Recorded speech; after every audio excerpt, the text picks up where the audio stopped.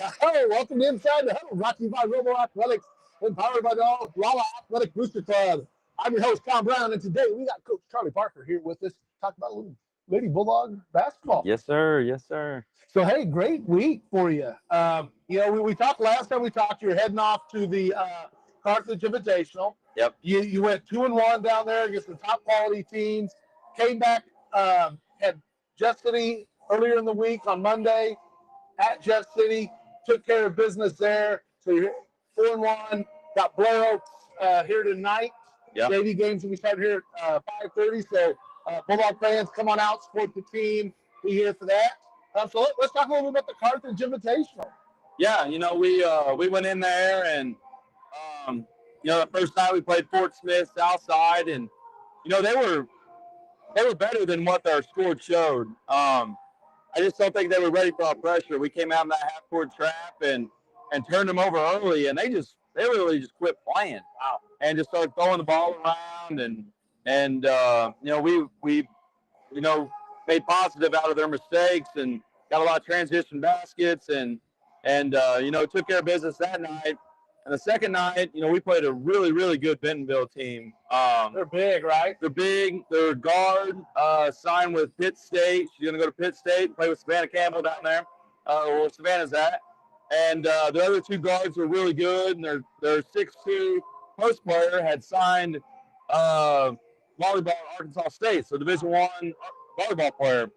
And they come out and hit 11 threes on us, and we was trying to cover the three-point line. They pounded through the paint, and it was just pick your poison. And truthfully, if you take away that second quarter, we outscored them the first and the third quarter. That second quarter, they hit 5 threes in that second quarter to get up 10 on us. And, we cut it back to 4 in the fourth quarter, and then by the end of the game, they just kind of strung it back out to 12. Then we bounced back the next day and played Sunrise Christian Academy with 7-0, and they were all international players, really big and really physical and skilled players. And we played well the first half, but something happened in that third quarter that everything just clicked. It was a 6-point game. Offense and defense just clicked, and we ended up just taking off and beating them by 30, and really looked good. We played really good basketball over the weekend down there. I was really impressed with our girls and really proud of how we came out and battled each and every night. Yeah, that's great to see. And we talk about Sunrise Christian knowing on the boys' side, but again, they have a lot of international players on they're that usually side. nationally ranked. Then here we come up with the girls program, and I heard they're big, they're good, they're skilled. But bottom line is the team that you put on the court played as a team. Yep. They had no answer for how you move the ball and how you attack. Yep, they didn't. And everybody done a great job that night or that day from the top to the bottom of the lineup. Everybody came out and took care of business and played together. And that's something right now, man, we're playing so well together. Our defense is really good right now. And I got 38 points a game is what you're holding teams to, is what I got down. I'm not sure that's right. 38 points a game. Yep, and they're battling, man. And I had people come up to me, people that I don't even know, and they're just complimenting us on. I've never seen a group of kids that will stay down a whole possession and talk the whole possession. I mean, the whole possession doesn't matter if it's 5 seconds or if it's 35 seconds. They're talking and they bought into it, and it's just something that we hopefully can keep going off of, but now they're starting to see it, and they're making it a point every day to do it, and man, it's pretty sweet. Well, we talked about that after the Cap City game, that we saw a lot of that in the Cap City game. Really surprised and seeing the new mix of kids.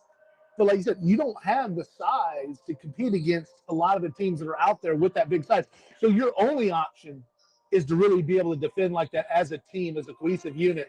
And hearing that early, 5 games into it, and again, 38 points a game, it just has to be exciting for you about where you can now build on, because that's something you have established. Yeah, and, they're really – I told them we lost so much firepower from last year's squad. We lost 35 points a game and some really veteran players that played their whole careers at the varsity level and playing collegiate basketball now. And we're really youthful in a lot of ways. We're playing 5 of our 7 girls haven't played a lot of varsity minutes. And, I told them, I said, we got to make up for it in the detailed things, boxing out and helping the helper and stand down on possession, not turning the basketball over. And we're only turning over about 9 times a game right now, which is good as well. But they're truly seeing that and knowing that they need to do the detailed things, and now they're starting to see it on the floor and the outcomes of the games. And they're taking that and running with it and really doing a great job. Well, so right now I look at it. You got 3 players in averaging double figures on offense. So you got Tocklin and Dodson that you knew would be there. They're the veterans. They're the starters. Veterans is Charley's a sophomore. And then you got Watkins coming on, and she's in the double figure too. And down in Carthage, each one of them led the team one of those games in scoring. Yep. 3 different people seeing it, but again, you're seeing that point production from them, kind of game in, game out. And then everybody else is just filling their role. They're getting their buckets. They're getting their 2 buckets, 4 buckets, 3 buckets here, and all doing their part to help. Yeah, out. And that's what's nice about those girls are going to have to do their thing, to get us there. But I said all year that if those other ones can get us 4 to 6, something like that, that's really going to help us out. But they bought into that role as well, and that's hard to accept as a teenage kid in high school because you want to score, but they're not trying to do too much. They're doing exactly what they need to do. They're shooting it when they're left open, and they're scoring it when they're left open. They're picking up some trash stuff, scoring off the dribble and around the rim. They're doing a really good job at their role, and they've accepted it, and that's helped project them to the next level, and, helping our team be better. Well, one of the things I talk a lot about with not just players and sports teams, but also like in leadership in life, not everybody can be the star. Yeah. And so people have to learn to star in their roles. But when it comes time, everybody has the ability to be the star. Yep. Because that role becomes the critical thing at that point in time, especially when you have a cohesive team. And everybody needs to be ready to step up when called upon to be that star when needed and not just star in their role. So when you have kids bought into it, man, it's an exciting thing to see, and we're going to see that again tonight. So we've got Blair Oaks here. I'm more familiar with the boys' side, which has been a pretty dominant sports program. On the girls' side, it seems like they're off to a little bit of a slow start this year. But what's your scouting report say about Blair Oaks, Lady Falcons? Blair Oaks, their last 2 games have been better. Their softball had made a deep run. Their football won state, so they had some girls on the cheerleading squad as well still left. So they got some kids back from their first couple games, and that's going to help them get better. The last 2 games has been better. They got a good point guard. She's averaging about 15 a game, and got one really nice guard to go with her. And they're the same way. They got some other kids that are still in their role and can knock down shots if left open. They're going to come in and, from film, they're going to play us a zone, a 3-2 zone, and try to take some things away. But we're gonna try to get up and pressure them a little bit and try to get them going back and forth in transition tonight. Oh, that sounds great. So after we got tonight's game, then you're next week you're going to Fort Zumwalt North. Yep, a big time tournament up there. Starts on the 16th. Is that right? 16th. 16th. Yeah, we play the 17th and 18th. Okay. Next Tuesday and Wednesday. Our first game is against Hazelwood West. And Hazelwood West was in our tournament a couple of years ago, and they wasn't very good at that point in time. But, man, they're a different beast right now. I've watched 3 films on them right now, and they got a post player that's she's just a freshman too, and she's 6'4", and she's built. She's not a little beanpole, and she's really nice around the basket. She's got that inside presence defensively. They got really good, quick guards, very athletic guards. One of their guards the other night against Union dropped 40 on Union. So she's averaging 25 a game right now. They lost to Ursuline Academy by 4 in the Marquette tournament.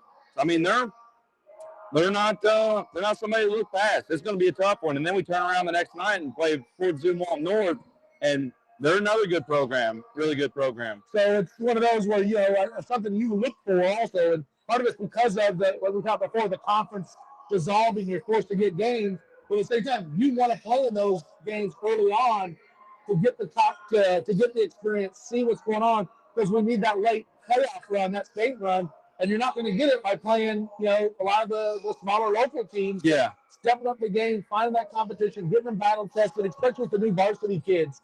Take care of that early, let their eyes get open now, and then they can work on that throughout the season and be ready to go when playoff time. Yeah, we need to play these games, and we need to be challenged, and we need to play stuff that, we don't typically see around here, like that 6'4" post player and some really good guard play. We just need to keep going out and getting challenged and stay focused on what we're doing and just get better every day as a program. So after that, we finish off. That'll take us into Christmas break, and then we'll have our Hoops holiday tournament here. Yep. That's going to be December 26th, 28th. Always a great time. Yep. Always have good teams coming in. It's fun. We got the boys tournament. We got the girls tournament. Just absolutely love that. Yep. time. I like our holiday tournament, the atmosphere that it brings. Everybody's back home, and it's a good time, good tournament. And so we'll probably have one before that. I imagine a little preview like we did last year with Coach Miller, and kind of have that kind of talk about what's going on there. So before we head out, let's take a look at some of our sponsors, like we like to do, and make sure we give some recognition. Angie Reese, MVP Apparel.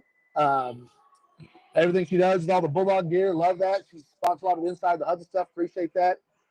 Dan Collier, again, not just a good neighbor, he's a great neighbor. State Farm. Phelps County Bank, mytcb.com. You can find out everything you want to know about them. 100% employee owned.